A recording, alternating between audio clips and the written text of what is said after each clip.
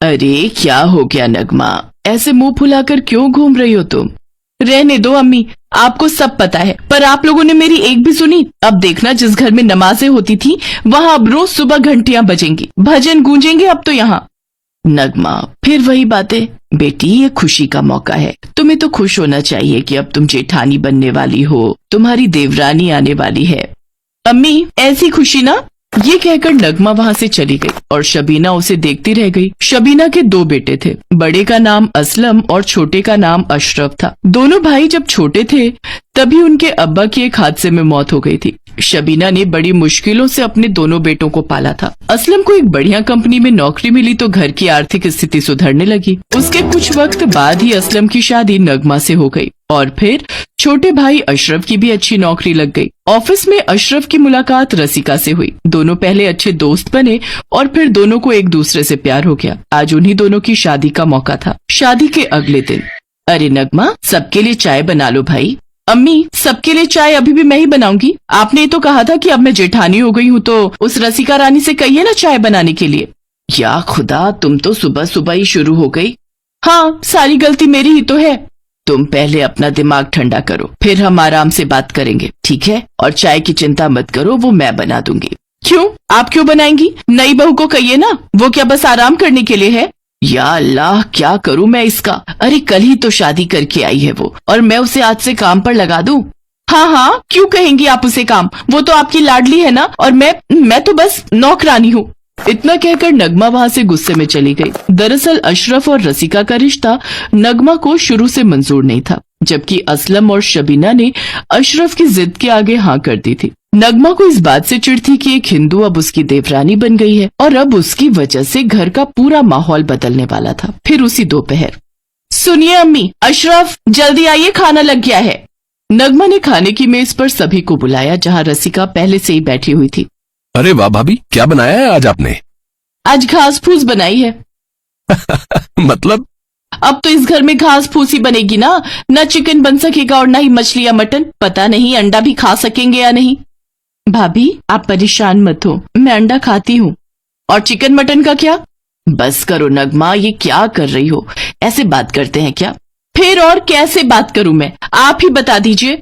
इतना कहकर नगमा वहाँ से चली गई। हर किसी को नगमा की बात बुरी लगी थी। तभी रसिका ने कहा, मम्मी जी, आप फिक्र मत कीजिए, मुझे बुरा नहीं लगा, आप परेशान मत हो, धीरे धीरे सब ठीक हो जाएगा। बेटी, नगमा की बातों को दिल से मत लगाना। असल में वो दिल की बहुत अच्छी है, पर पता नहीं अभी ऐसे बर्ताव क्यों कर रही है। अगले दिन जब नगमा उठकर रसोई में गई तो उसने देखा कि रसिका पहले से ही सबके लिए चाय लेकर खड़ी थी। लीजिए भाभी, चाय पी लीजिए। ओह अच्छा, तो अब तुम अच्छी बहू बनने की कोशिश में लग गई। नहीं भाभी, ऐसी कोई बात नहीं है, आप चाय पी के देखो ना। सब लोग कहते हैं कि मैं बड़ी अच्छी चाय बनाती हूँ।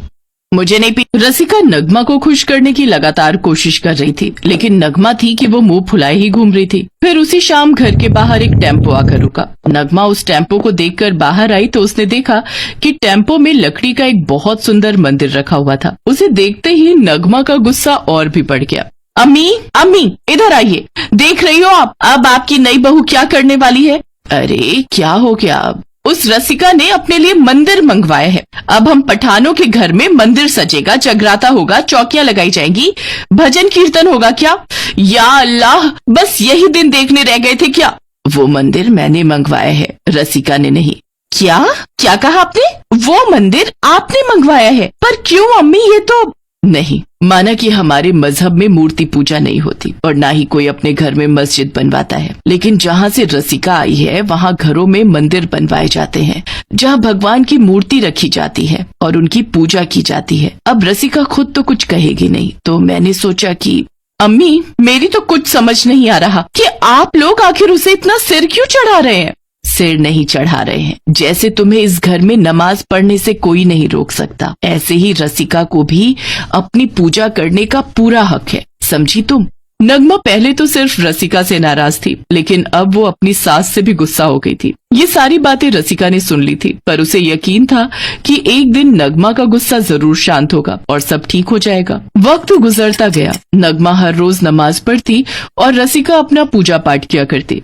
एक दिन जब नगमा बगीचे की साफ सफाई कर रही थी तभी रसिका कपड़े सुखाने के लिए वहां आई। रसिका को देखकर नगमा कुछ नहीं बोली, लेकिन तभी रसिका ने देखा कि वहां खड़ा एक पुराना पेड़ टूटकर बस गिरने ही वाला है और वो नगमा की तरफ ही गिरने वाला था। उसे देखते ही रसिका ने अपने हाथों में पकड़े कपड़े तुरंत फेंके और वो नगमा की तरफ भागी। उसने नगमा को जोर का धक्का दिया, लेकिन खुद उस पेड़ के नीचे आ गई। भारी भरकम पेड़ के गिरने से रसिका के सिर पर गहरी चोट आई। पहले तो नगमा को कुछ समझ नहीं आया, लेकिन अगले ही पल वो सारा मामला समझ गई। रसिका को बेहोश देखकर नगमा जोर से चिल्लाई और रसिका को अपने साथ अस्पताल लेकर गई। और फिर अम्मी अम्मी रसिका ठीक तो हो जाएगी ना? अल्लाह से दुआ करो बेटी, उसके सिर पर बड़ी गहरी चोट आई है। सब मेरी वजह से हुआ है अम्मी, अगर उसे कुछ हो गया तो मैं खुद को माफ नहीं कर पाऊंगी। रसिका अस्पताल में भर्ती थी और उसका इलाज चल रहा था, पर उसे होश नहीं आ रहा था। तब नगमा भागी भागी अपने घर गई और वहां अल्लाह से रसिका के जल्द ठीक होने की दुआ करने लगी। थोड़ी देर बाद वो उठी और रसिका के मंदिर की तरफ गई। उसने मंदिर में धूप जलाई और भगवान के सामने हाथ जोड़कर बोली, मैं नहीं जानती कि आपकी इबादत कैसे की जाती है, लेकिन रसिका को बचा लीजिए भगवान, वरना मैं खुद को कभी माफ नहीं कर सकूंगी।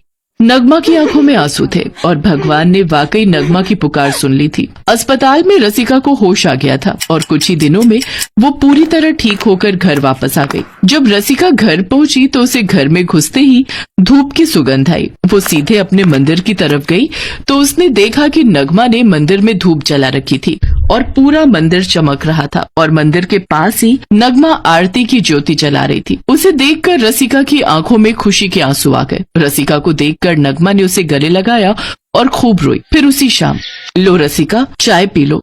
अरे वाह, आपने तो बहुत अच्छी चाय बनाई है भाभी, पर तुमने तो कहा था कि तुम ज्यादा अच्छी चाय बनाती हो, शाम को मुझे तुम्हारे हाथ की चाय पीनी है। अब सब ठीक था। नगमा ने अपने हाथों से उस दीवार को गिरा दिया था जो उसने खुद अपने और रसिका के बीच खड़ी की थी। अब पूरा घर एक था। नमाज और पूजा पाठ का भेद होते हुए भी दोनों देवरानी जेठानी अब एक दूसरे के लिए बहनों से कम नहीं थी।